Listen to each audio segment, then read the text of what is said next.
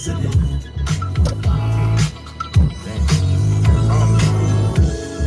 Fuck your agenda, you ain't a real one, you was a pretender.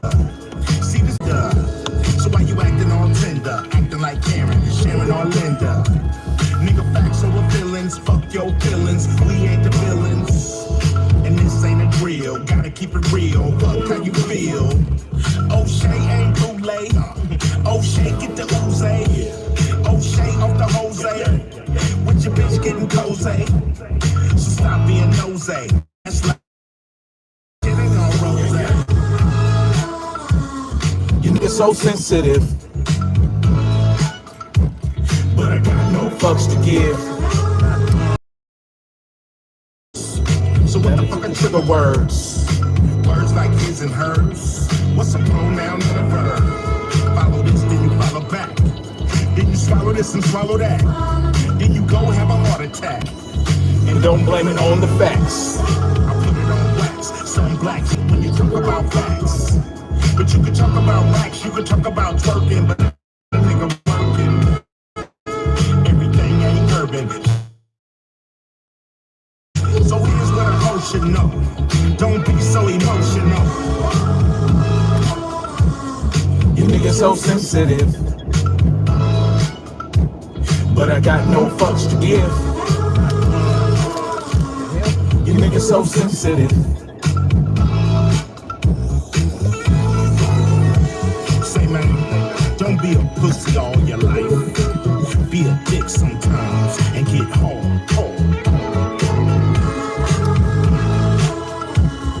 You niggas so sensitive.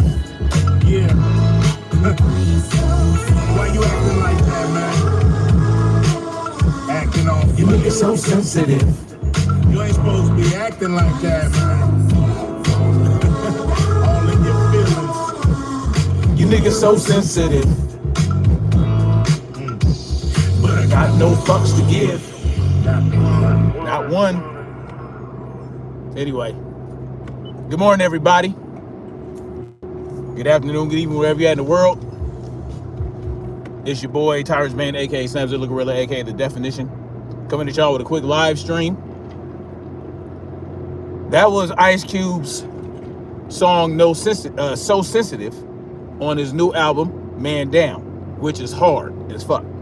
And this is my favorite song on the record. Because, I mean, like, he read my fucking mind. So, I just played that for y'all, for these, for you sensitive motherfuckers out there, you know. Anyway, so I just wanted to come real quick and talk about, you know, we all know boxing is in shambles, right? Boxing has been in shambles for decades, and I have some solutions that I'm going to state real quick to get it out of the shambles. All right. Because of the age and era we living in, there really is no reason or excuse for boxing to be in the state that it's in. Cleese was good. It has been, I mean, it's been in a coma.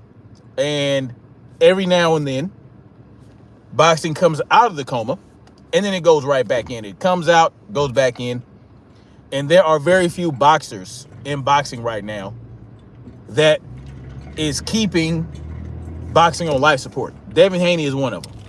Devin Haney is one of the fighters that's keeping boxing on life support, along with certain YouTubers, right? Because, let's face it, boxing, boxing media is being dominated by YouTubers, right? Boxing YouTube is more dominant than mainstream media. So that's number one. And the power that these boxing YouTubers have, they don't really, it's either they don't understand it or they don't care to use it in the proper manner. But there are solutions to this. One solution is the promoters, right? That has to do with the promoters. Promoters are not needed anymore in the world of boxing. Not as they exist today.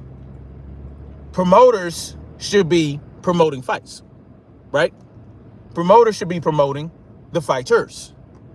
Promoters should be promoting the fights that the fighters want to make. But they're not doing that. Promoters have their own agendas. Promoters have their own agendas outside of what the boxer wants. So what do? They take on as many boxers as they can to try to control the market. That's what promoters try to do. They try to control the market. But what they're doing is they're damaging the sport, because they try to make fights in the way that they feel would get them the most money and get them the most money for as long as possible. So you'll have promoters that, well, we don't want our fighter to, this fighter is too, they're not ready, or they're still a prospect. Like Oscar De La Hoya said that stupid shit about Floyd Schofield Jr., right? Or Floyd Schofield III, whatever the fuck. He said that shit out of his fucking mouth. Oh, he's just a prospect. Oh, we're not ready. Like, what the fuck are you talking about? And then yes, did the Schofields make Oscar make the fight happen, or are they forcing him to try to make the fight happen? Yes, they are. But if it weren't for an Oscar to begin with, they would not need to do that, right? I know it seems like I'm idealizing this whole thing, right? Oh, just get rid of the promoters. It's that simple. Well, it's not that simple at this point in time, because of how entrenched the promoters are in the world of boxing, right? Their relationships with the networks and all that good shit. But as you can see, the relationships between the promoters and the networks are breaking down. That's why Showtime got out of boxing. That's why HBO got out of boxing. That's why, ESPN Plus is getting out of boxing, because they have been dealing with these exclusive promoters for all these years, but the promoters are fumbling the bag because they're not trying to make the biggest, best fights at this point in time. They're trying to build up to the best fights when they feel like it's ready. But the problem is that in doing that, your fighters aren't fighting any upper level fighters. You have an elite fighter that you're trying to build to a fight with another elite fighter. But in the meantime, you're having them fight tomato cans. You're having them fight bums. You know what I'm saying? Because they can dazzle and razzle. Oh, just like with Tank Davis, right? All these devastating knockouts, all these dazzling, beautiful knockouts that he has dished out over the years are mostly against bums, right? And people are calling for Tank to fight elite fighters and do the same damn thing, but that's not even what he's trying to do. He's trying to continue to fight bums or people that aren't on the level of fighters that he could be fighting, to the point now he's fighting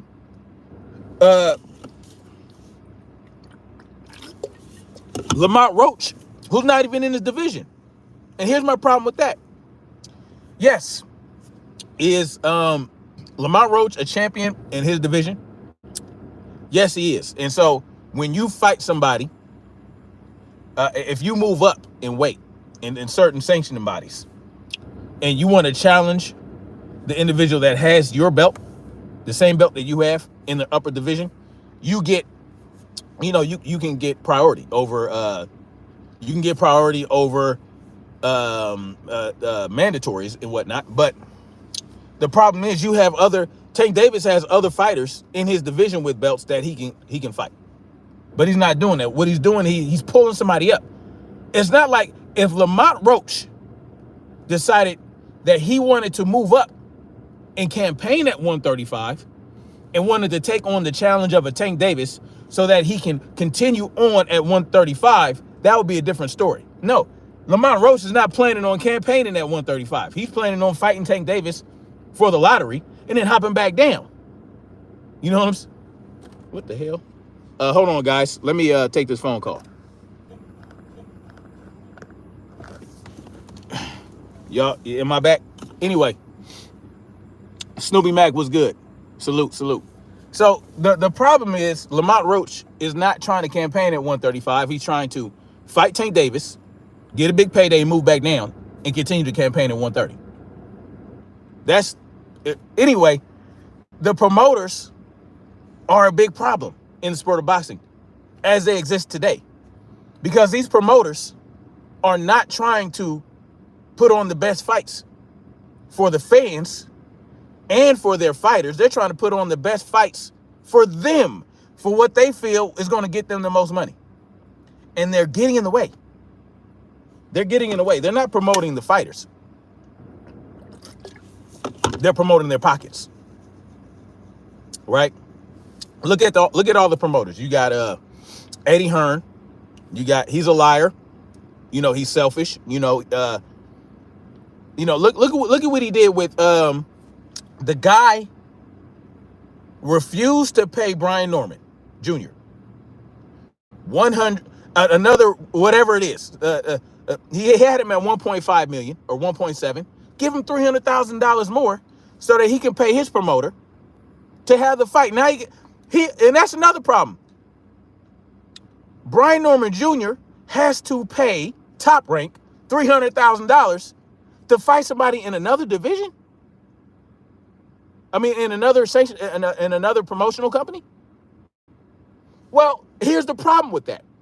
And see, this is why if fighters, you're going to sign with promoters, you should have certain clauses and stipulations in there to where, well, yes, Jerron Boots Ennis is with Eddie Hearn, and I am with Top Rank, and you want to charge me $300,000 to cross the street, but Jerron Boots Ennis is a champion. I'm a champion. I'm fighting a champion in my division. I'm trying to progress, right? There should be no $300,000 motherfucking payment to you if I'm fighting another champion, because that's going to bring you more money anyway.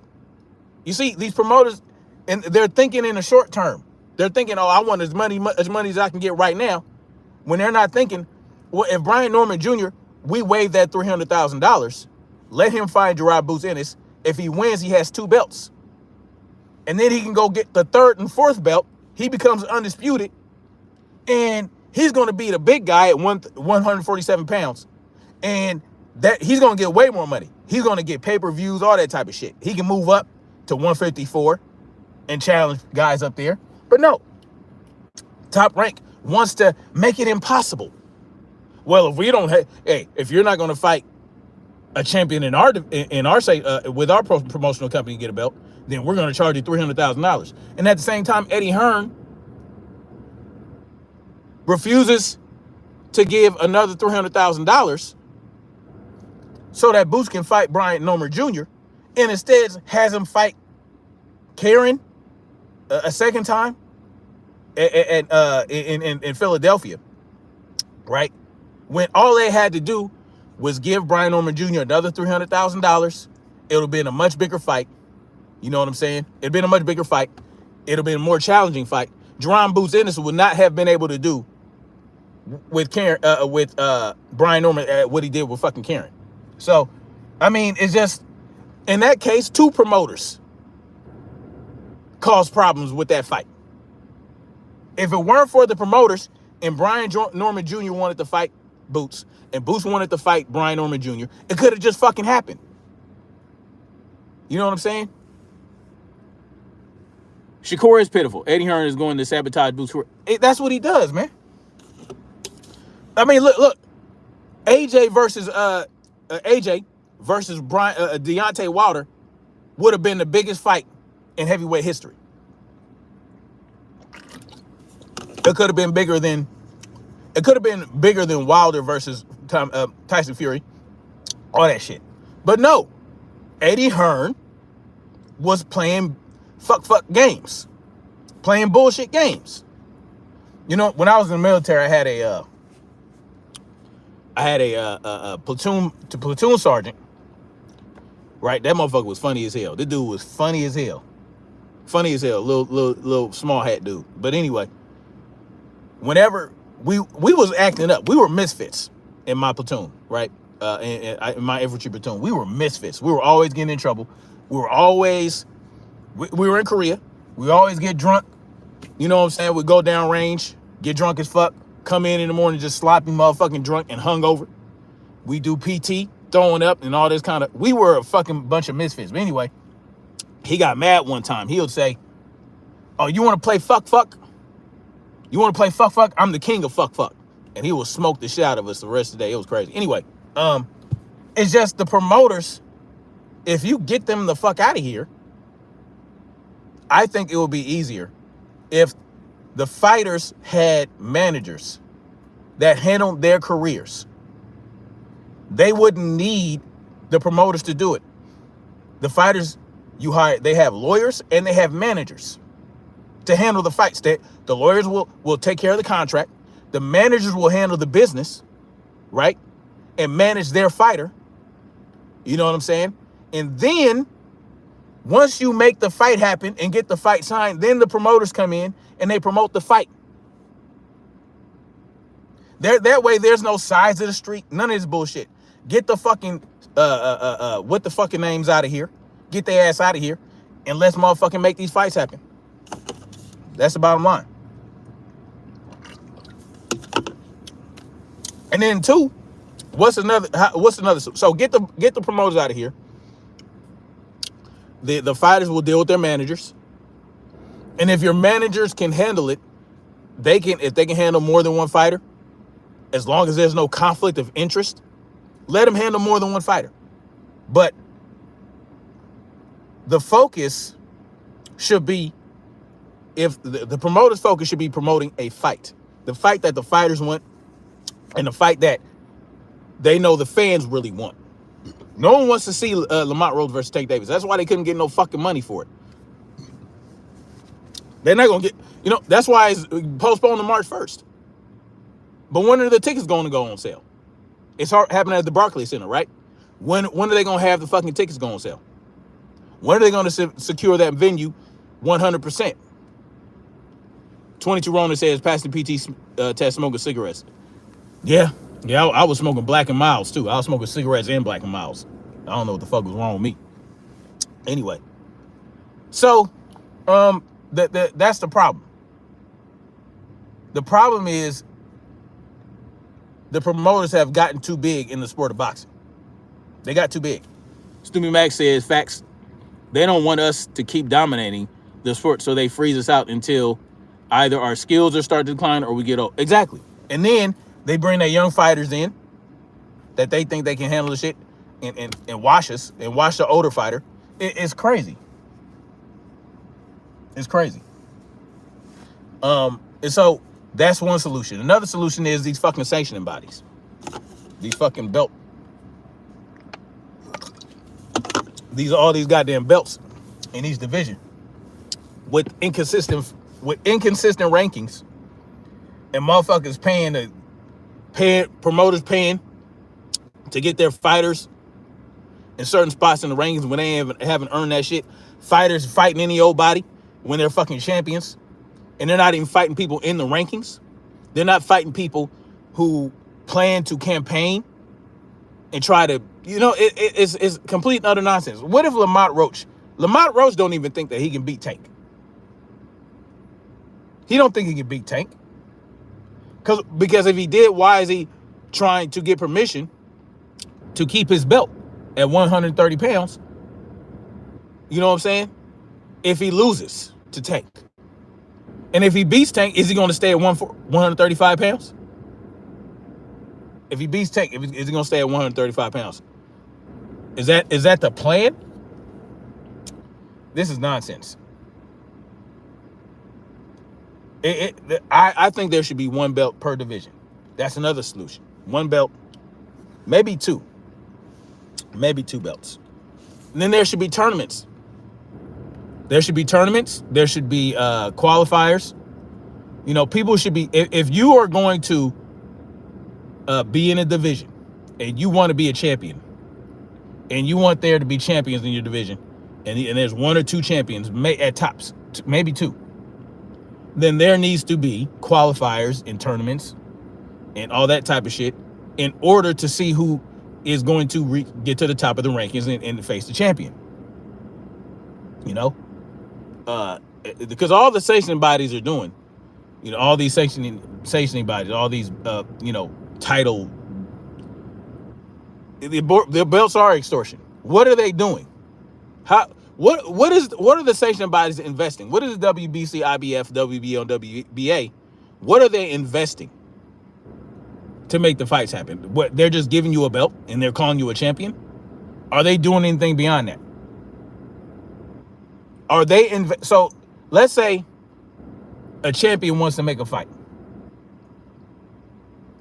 Like Tank Davis. Well, clearly he can't get the money to secure an elite fight. So the sanctioning body should kick in. Like, look, we'll drop in a certain, we'll give up a certain amount. You know what I'm saying? If you want to get paid for a fighter having your belt, then you should also contribute and invest in making the biggest fights happen. Are they doing that? So, I mean, there's really nothing. There's nothing to gain from having these belts except, oh, look, I got 4 belts. I'm undisputed. Oh, I'm undisputed. I got 1 belt. I got this belt. I got that belt. But the ranking system is if the ranking system is fucked up, and the IBF is probably the only sanctioned body that has a consistent ranking system, and that will actually hold you to a standard to maintain their belt and to fight for their belts. But outside of that, like, that's another thing. Let's trim the fat. Let's trim some sanctioned body fat. Let's trim some belts. We don't need all those goddamn belts. All those belts, all they do is give fighters a way to duck. Oh, well, I don't want to fight this. I don't want to get this championship belt because this guy's way too, the path to get to this fighter, oh, yeah, that's a much tougher path. I'm going to go down the path of least resistance. No, we need to trim the fat of we need to trim the belts. Trim the belts down. And fix the ranking system to where if a guy's ranked number 15 fights a guy who's ranked number 12 because he's flashy and all this other shit. Oh, look at this guy. He's flashy, got a personality, all this, that, and the third.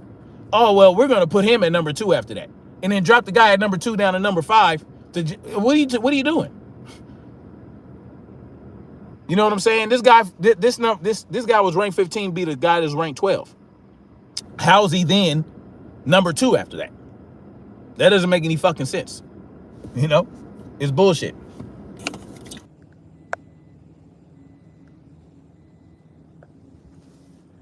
I kind of see why people say they didn't care about the belts because of the money, and they have to pay for made up belt that really means nothing. There's too many belts in the sport. I agree. Yes, exactly. That's another solution. I mean, if we want boxing to be on top, well, it's always going to be on top, right? Of any combat sport, there's more money in boxing than any other combat sport. But I mean, to make it great for fans again, consistently. I mean, there's changes that need to be made. You know what's funny? This motherfucking phone. It's 44 degrees outside, but the phone tells me it's overheated. The phone tells, it's overheated. How what? It's 44 degrees outside, but the phone, I mean, I know I was inside, but it was not hot enough in my truck for the goddamn phone to be overheated. Whatever, man. It is what it is. But anyway, y'all, I'm gonna get on off of here. And then one more solution. Well, this is not really something. There's always going to be an issue with certain boxing YouTube channels and all that stuff spreading bullshit and spreading bullshit. All these false narratives and all that other, that's not going to go away, right? But the key is for the real ones need to have louder voices. And I know that YouTube kind of stifles the more the realer voices and but what they can't stop are fighters, right? Fighters need to use social media a lot more. You know, they need to put themselves out there more. And, you know, the music game, look at the music game. The music game, uh, they don't really need um, record companies anymore because they can promote their own music on YouTube, right? They can promote their own music on YouTube, just like fighters. Fighters can promote themselves on YouTube. They can promote themselves not just on YouTube, but you know, all the platforms. You know, that's what they do in music now. Writers do it now. You know, all that type of shit. You know, there's a lot more space for independence because of social media. I think fighters need to use that more. I think, and that's what something like someone like Bill Haney pioneered that quite a bit. You see how he hops around from platform to platform. He'll hop around to platforms that hate him, platforms that love him, that respect him, don't respect him. Bill Haney will get up there with anybody. I mean, real shit. Devin Haney is far out there as he is because of his dad. You know what I'm saying? Being as vocal and as generous with his time as he is. So fighters can use that to their advantage. Mind Mansa Musa was good. Indeed, sir. Freedom ain't free. Well, I'm out of sync with the timeline of the stream. Weird. I don't enjoy exhibition fights. To my mind, it's a fight. It is a deadly thing. And to exhibit it, it cheapens the act in a way. It does. That's why they soften. Exhibition fights are not going to be as, they're going to have bigger gloves. They're going to have less time on the rounds. They're going to have less rounds just to minimize the amount of damage that you can take, right? And you're not really trying to knock anybody out. Exactly. If we all came together for the love of the sport and put our differences to the side, we could run by. Exactly, Snoopy Mac. Look, I mean, the way the LDBC utilizes, you know, YouTube is very revolutionary and pioneering. That's why there's so many other YouTube channels that have kind of modeled their shit after the LDBC. The LDBC has been pioneering this shit for a long time. So that's a perfect example. And Bill Haney has pioneered that level of social media presence. You know, it's something with substance. I mean, look at Ryan Garcia. Ryan Garcia is as big as he is because of social media. You know what I'm saying? And look at the level of support he got, even after being a cheater. You got to give it to Ryan Garcia for, you know what I'm saying? Look at all the bullshit he spat during the Devin Haney buildup. I mean, this shit was crazy. And look at all the support he got. Now he got motherfuckers defending his cheating, defending all the bullshit. But, you know, we just got to utilize social media better. And that gets me to the fans. The fans, what can we do? I know this sounds kind of unorthodox, but, you know, what if we put more control in the hands of boxing fans, right? Like, you know how people crowdfund? You know how people crowdfund to make music and all that other shit? All right, so if y'all look at this cat named what's his channel? Eric July, right? He has, that's his real name, Eric July. His channel is 5'9" something. Damn it. He's a YouTube content creator. But he doesn't deal in sports. He deals with like you know, movies and comic books. Damn it. What's his fucking... Anyway, I forgot his fucking name.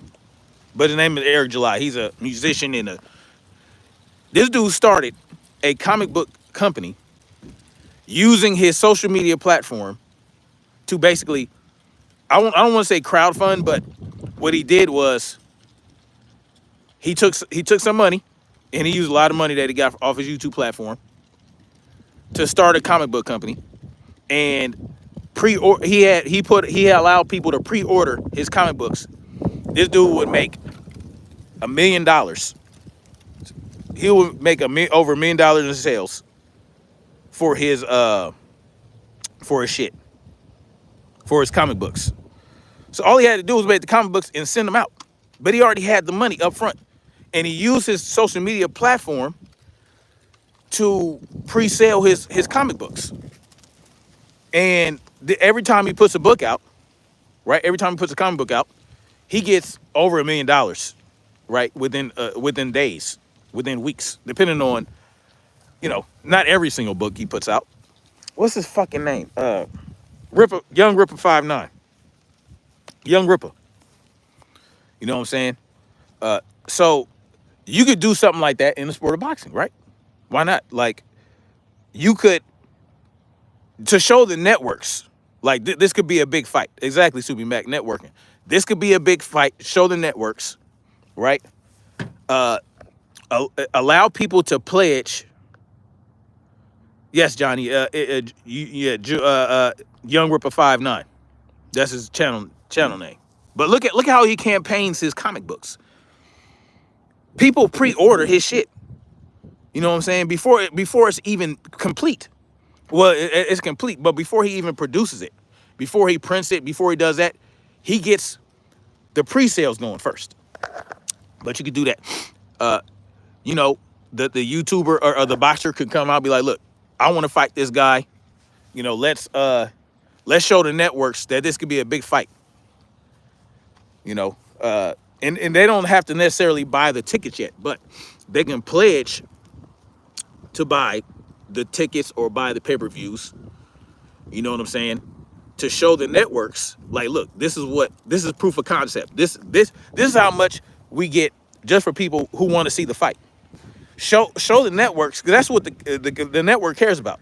At the end of the day, network cares about how many people are going to watch this fight, how many people are going to buy a pay-per-view. Yes, Young Ripper. Yes, Robert Lynn Schultz. How many people? This is how many people want to see the fight.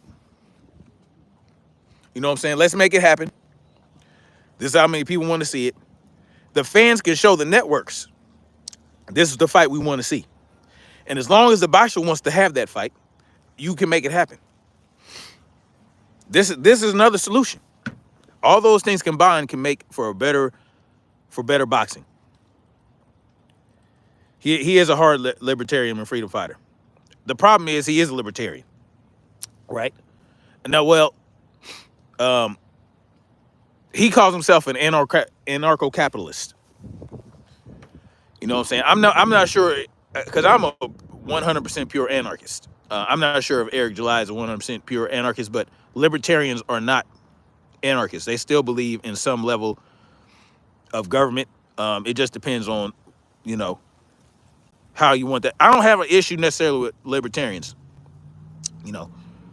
but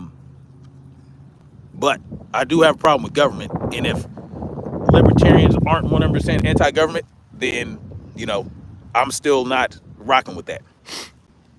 Anyway, but these are solutions. These are ways we can make boxing great again. You know what I'm saying? Because look at the landscape. We don't need promoters anymore in that regard. We need them to promote fights. We don't need them to promote a stable of fighters. When you have a stable of fighters that are exclusive to you, and you control everything, and you try to make it difficult for them to fight outside of your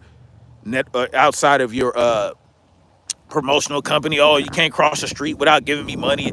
All this bullshit. Like, we don't need all that. Yeah, every boxing channel can make a survey to see what fights people want to see, and then they can turn it exactly.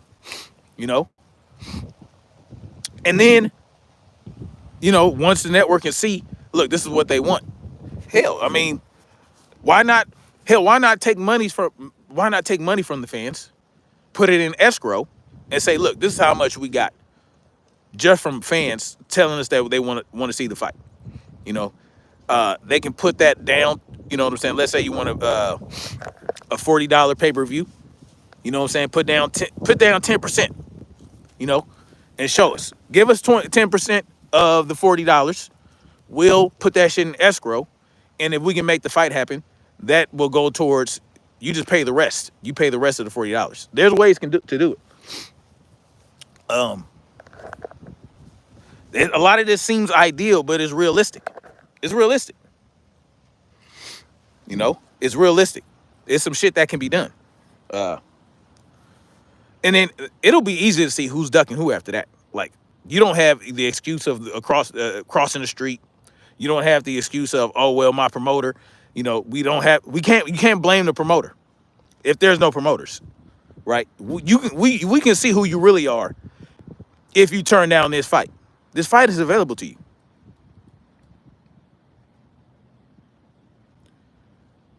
Yes. So these are simple solutions, you know. Hey, we can make happen. We can make this shit happen. Enough of the bullshit already, you know. But yeah, I know it doesn't seem realistic because you know, I'm pretty sure at one point it wasn't realistic to have four belts. I'm pretty sure it was like 4 belts. Like, what the fuck? Now we got 4 belts. No, we need to take the fighters and the fans need to take the power back. Just like in real life, us proletariat citizens, us non-elites, we need to take our power back. Exactly. The money can be used for promotion. Like I said, once the fight is secure, right, then you hire a promoter. I'm not saying get rid of promoters altogether. I'm saying stop allowing promotional companies to have these fighters in these ridiculous contracts where they can't fight who they want to fight. They can't make the fights happen because the promoter wants certain things to happen. And then fuck out of here with that. Yes, the money can be used for promotion. You know, the networks can still put their money in. You know, the sanctioning bodies. If you want a percentage, y'all got to put the sanctioning bodies got to put some money in. Like, no, we ain't just gonna give you money for a little belt. No, what are you putting in? What are you doing to make these fights happen? Anyway, that's just me being a dreamer. You know what I'm saying? Because I always think along the lines of independence. You know, and once you cut the middleman out, if the middleman has proven themselves to be utterly useless,